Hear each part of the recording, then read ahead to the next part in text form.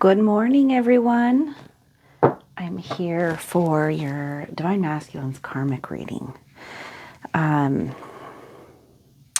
This is where we explore what is happening in your Divine Masculine's karmic life, karmic relationships, situations, those things that seem to be, and I say seem to be, interfering with your relationship with your Divine Masculine. Now, that's actually not the case, and I want to make sure I clarify that with you guys, because in the beginning of our relationship and our journey, we're still very externally focused. We haven't gone through what you could call the shift yet. We are shifting, but we haven't gone through the shift. And so we don't really realize that what's happening on a karmic level is still what is meant to happen. It seems like we're trying to right some wrong or overcome something that's not supposed to be there. And we think, oh, this isn't the way it's supposed to be. And our Divine Masculine isn't supposed to act this way or have these kinds of situations. And we kind of almost hate whatever the karmic situation is because we see it as something that is interfering with what we desire, want, or have, or feel, was meant for us. And so this journey is going to reveal a lot to you along the way. And you'll start to see that everything happens for a reason. There's no such thing as coincidence or chance. But it takes time and personal revelation for that to take place. So we have to trust the journey. And today, we're just going to kind of take a little bit of a look into the mysterious world of the Divine Masculine's karmic situation. It really does seem so troublesome to us in the early phases of our journey. And that's okay. It's meant to. It's part of the awakening process. And all of this is truly happening for a reason. It's part of your ascension. It's leading you to uncover the truth of, who you are in this world, who you're meant to be. And it's lifting the veil, you could say. All right, so at the bottom of the deck, we have the Fool.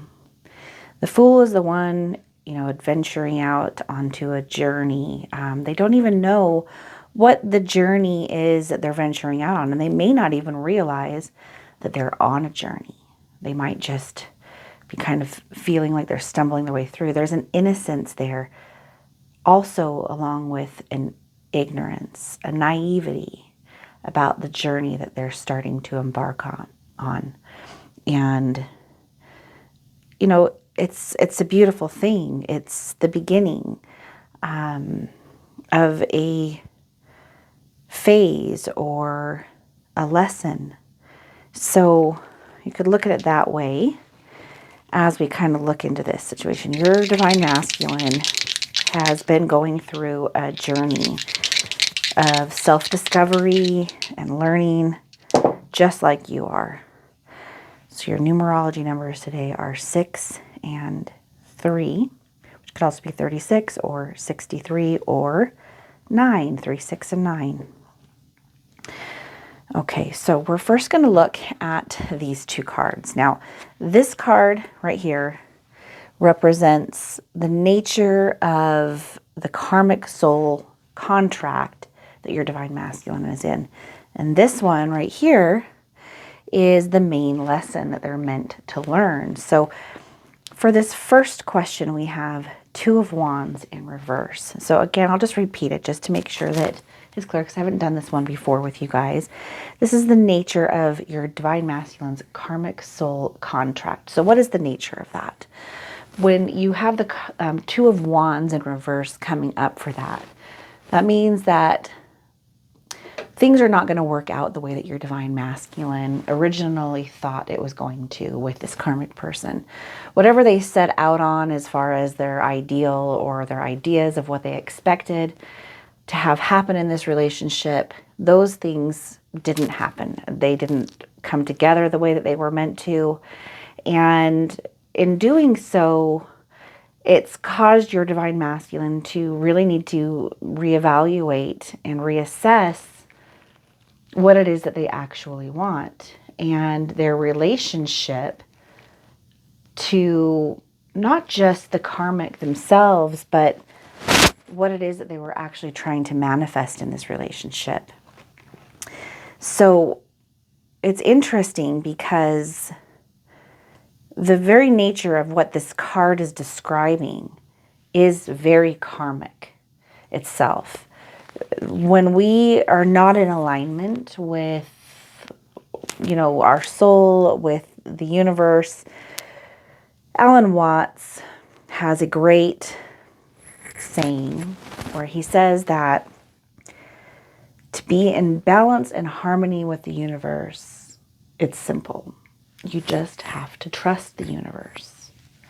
And when we're not in balance with that, when we're not in a place where we can trust the universe, maybe because we don't even know what that is, we think we need to do everything ourselves. We think we need to figure everything out. We need to make it happen. We need to try to force a square peg into a round hole. And we move outside of the nature of what things really are. And when we do that, we oftentimes experience discord and, chaos and imbalance in our relationship to what's happening. And so that's the nature of what this relationship is trying to teach your divine masculine, is how to be in harmony with themselves, their true nature, by kind of showing them where they're not in harmony, by showing up in a way that is not what your divine masculine expected. Because then they have to kind of go within and look and see what's going on within myself, but they're projecting everything outward right now, which is why the karmic is even there to begin with.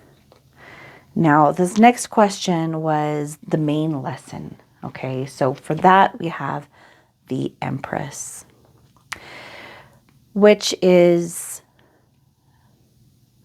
abundance, being able to bring forth something into the world that you want. So what I see here is a contradiction in these two cards. The karmic is here, but it's actually not. They're definitely working in tandem. Okay, the karmic is here to show your divine masculine, first of all, what he is not or she is not. And because again, remember, this is not about gender. Divine masculine has nothing to do with the gender of a person. It's the energy that they embody in the twin flame relationship, okay? And the way that they go through this awakening process. They have divine, whether they're male or female, they have divine masculine and divine feminine energy, just like you do. However, the polarization between you and your divine masculine is that they are the masculine and you are the feminine, which means you're going to experience the awakening differently, okay? That's okay. As you learn more about feminine and masculine energy, what I just said will make a lot of sense to you.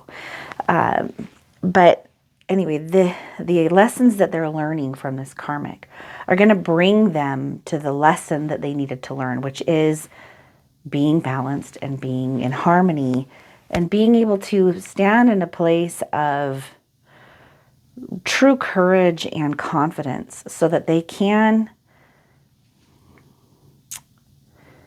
bring into the world what they came here to do, so that they can live from that authentic place of the soul, which is actually all about letting go and being in harmony and allowing the universe and trusting and having faith in the universe, letting go of the feeling that we need to make it happen and we need to force it to happen. That's all ego.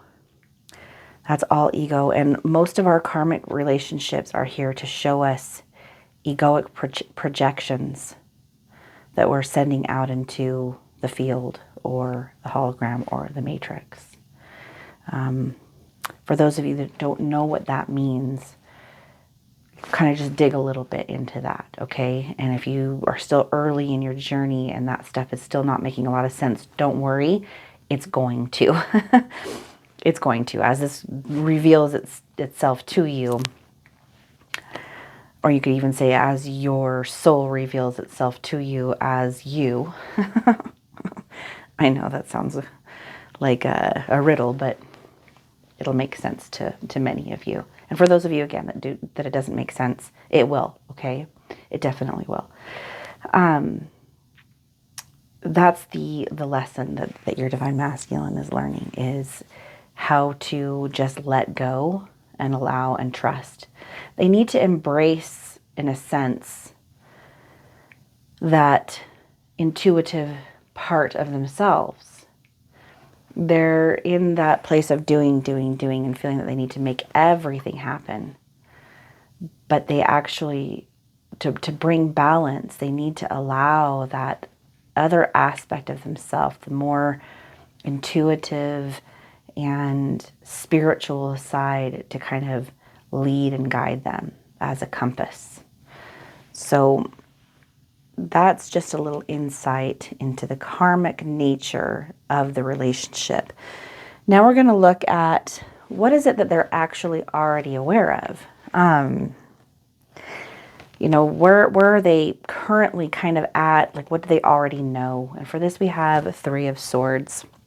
So they do realize that there are certain things about this relationship that are not going well, and that it's probably leading to something like that's not permanent.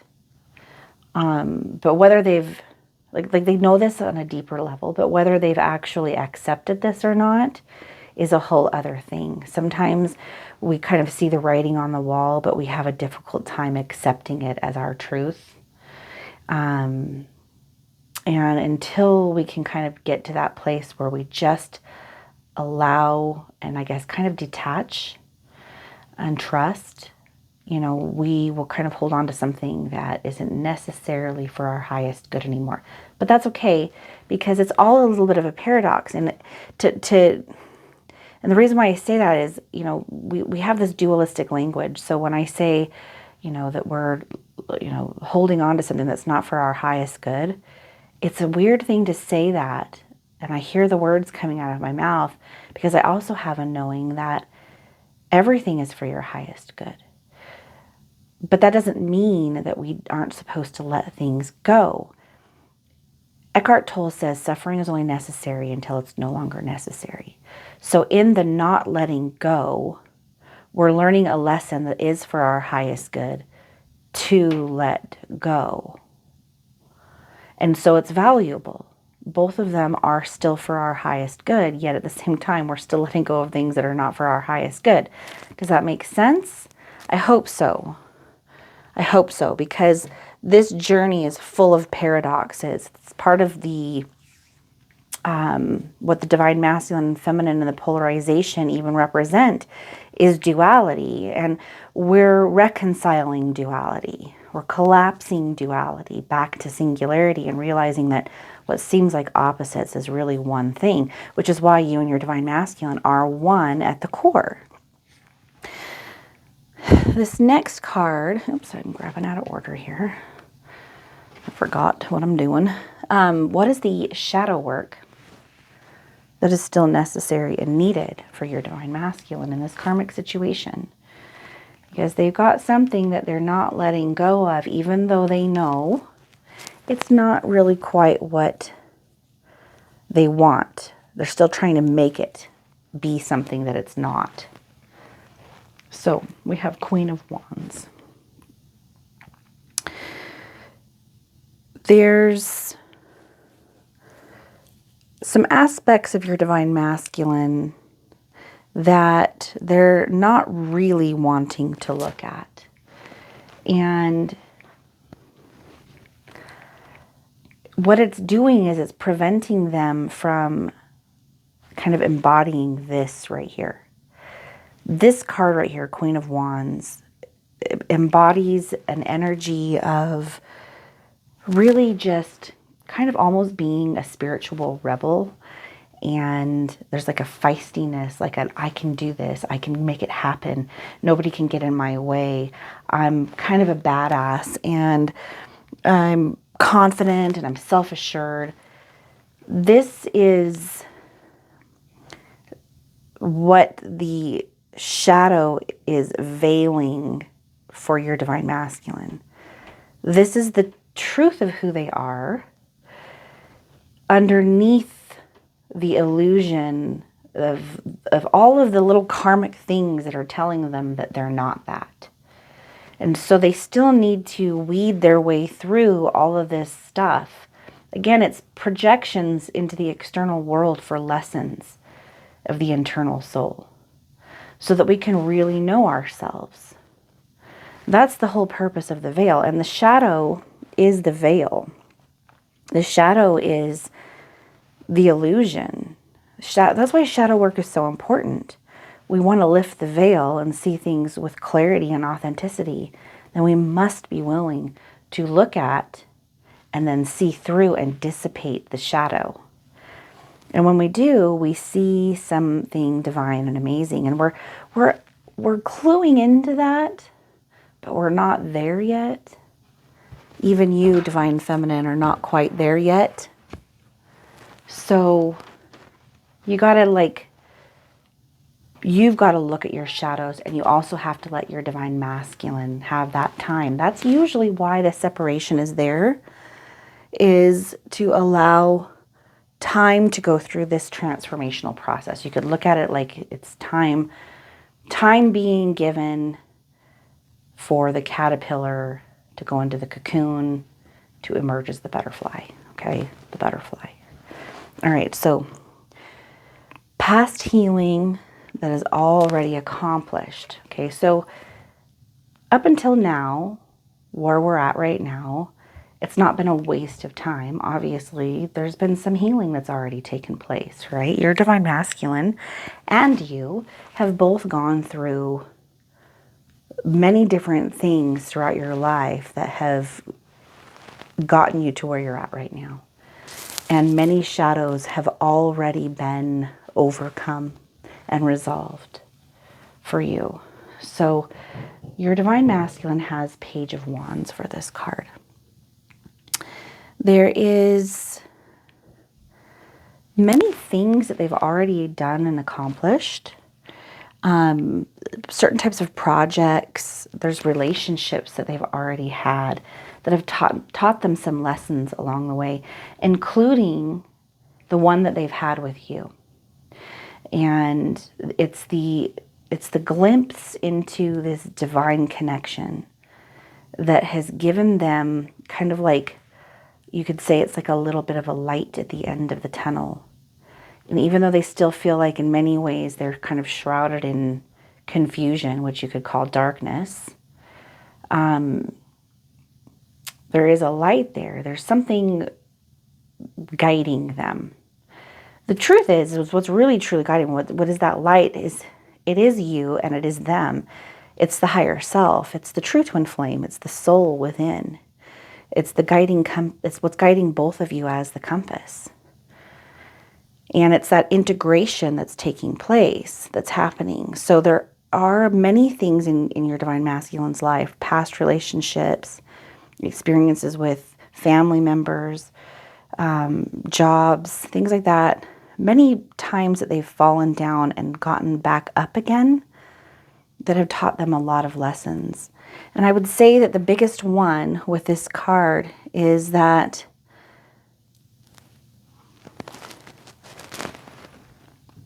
having to just kind of recap on that, the biggest lesson that they have learned that has helped them along the way right now, what's already created a massive amount of healing, is the meeting of you and them, and then the separation what that's taught your divine masculine is invaluable. It's created a massive amount of healing. So although it's been extremely painful and triggering for both of you, there is something very important that is coming from that. Okay, so that's where we have to trust the universe. Now, this last card here is, what are the final steps in the healing journey that signals that they're maybe ready to let go of whatever this karmic situation is? Okay, now I want to say we have many karmic situations in our life, not just romantic ones. There's so many different karmic relationships. Sometimes it can be, you know, someone that you road raged with on the freeway. That is a karmic lesson, a karmic relationship. It could be someone that you saw in a parking lot that needed help, and so you gave them $20. That's also a karmic relationship. Some of them are short, some of them are long, but they're all karmic relationships. There is nothing of waste in this world. Everything has a spiritual significance and meaning when we start to look through the lens of seeing it that way. We realize that nothing in the mundane exists without its spiritual counterpart or meaning, right? That's what it rises up from. And so there's many karmic relationships and experiences. So it doesn't mean that like the karmic lessons that we're learning are done and over, because we're still here in this realm, in this world. But this particular lesson right here that's being spoken about in this reading, that's what this card is a representation of.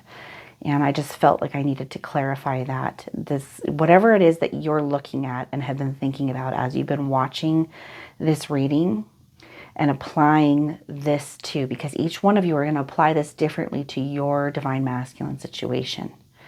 And that right there is going to show you the magic and the beauty of perception and how the divine shows up for each and every one of us through that perception. Because each one of you can look at these exact same cards and these exact same words and apply it to a different kind of situation, because it's meant for you that way. Okay? And so trust that aspect of it, trust that part of the journey, and look at how you're viewing it and turn it back inward for you, because you're the one here watching the reading. Okay, you're projecting outward into the divine masculine, but it's you internally that's digesting and learning from this reading.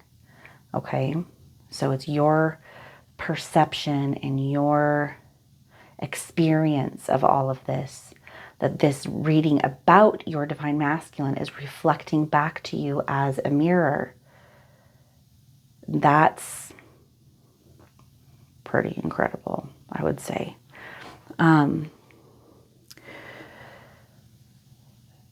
This relationship with your divine masculine is incredible, and it's going to teach you so much. Your divine masculine getting Ace of Cups right here in this position shows that as far as their healing goes in this karmic relationship, there is some kind of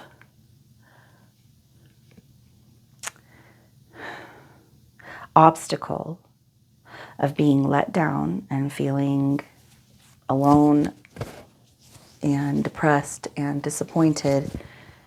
When they overcome that and they recognize the true source of where that is coming from, and they stop, I guess, trying to force that square peg into a round hole and make something happen, and then they stop blaming and being angry and frustrated at the karmic situation, at themselves, at you, at everyone, you're going to know that that is when the karmic relationship is ending.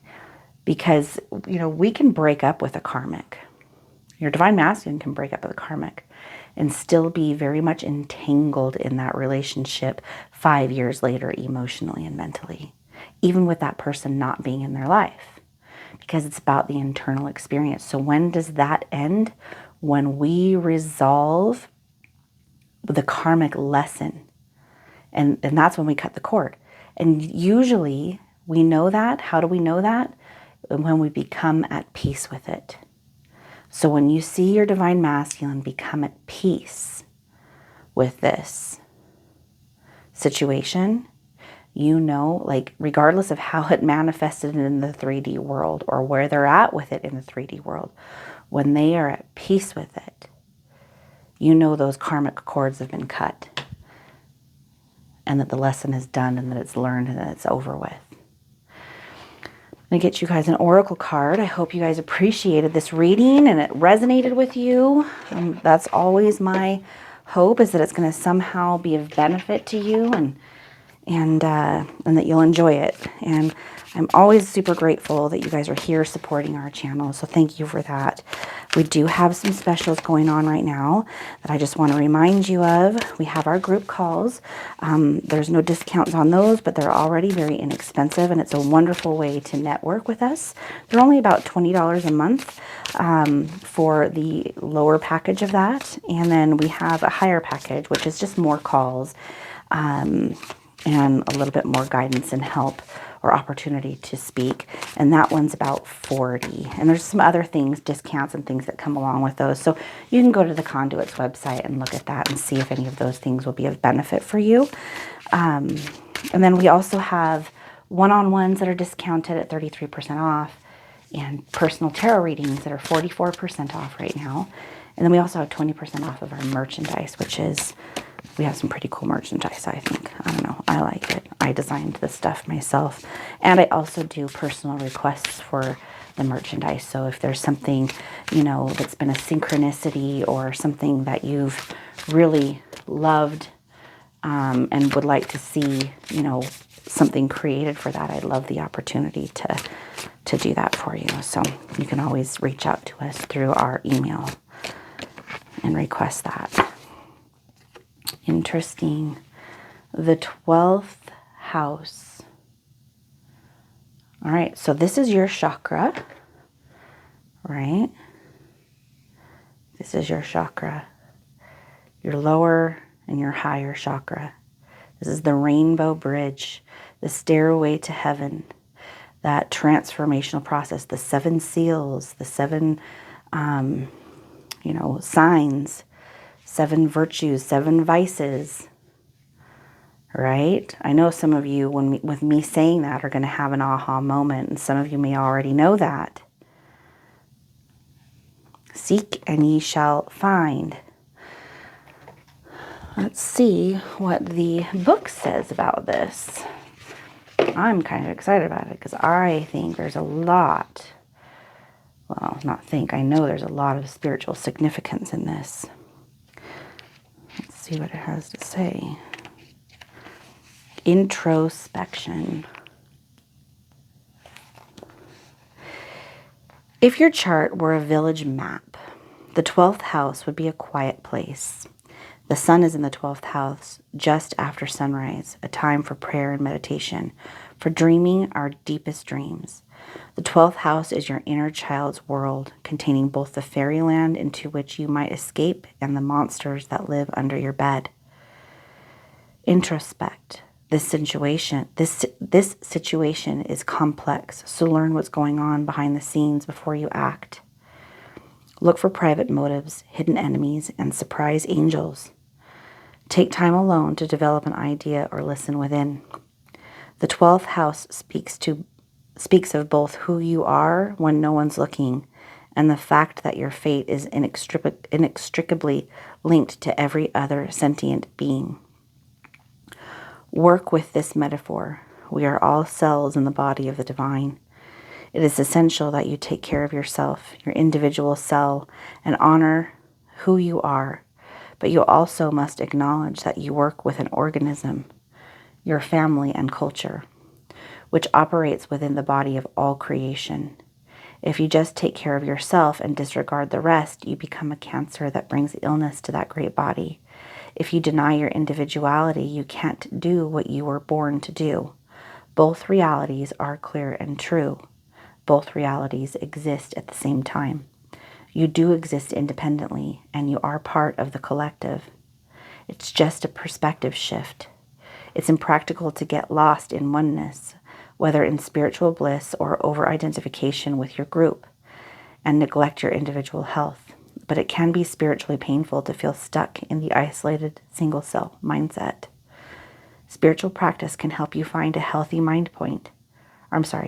spiritual practice can help you find a healthy midpoint between a disconnected, lonely state and a state of connection. Connection to one another, to a cause, or to the divine. Grounding helps you return to your personal path. It can be hard to find a healthy place between feeling subsumed by a group and dwelling in stunted isolation. The 12th house asks you to face your fears. In a quiet moment of prayer, meditation, and creative bliss, feel that deep connection to the source and know you are not alone. I like how this shows you kind of a glimpse into how two seemingly opposite things that oppose each other can actually be true simultaneously. That's collapsing the paradigm. That's what we've been talking about. That is that representation in many ways of the twin flame relationship. What seems to be opposing, one seems to be running and one seems to be chasing. How do you reconcile that? It's the big question that twin flames are always asking. How do I get my divine masculine to stop running? I know exactly how to get your divine masculine to stop running. It's as simple as stop chasing. Collapse the paradigm. Reconcile the opposites. Don't be afraid to do that. I love you guys. Thank you for being a part of the Conduits journey. We love you all so much, and I'll see you guys next time. Bye-bye.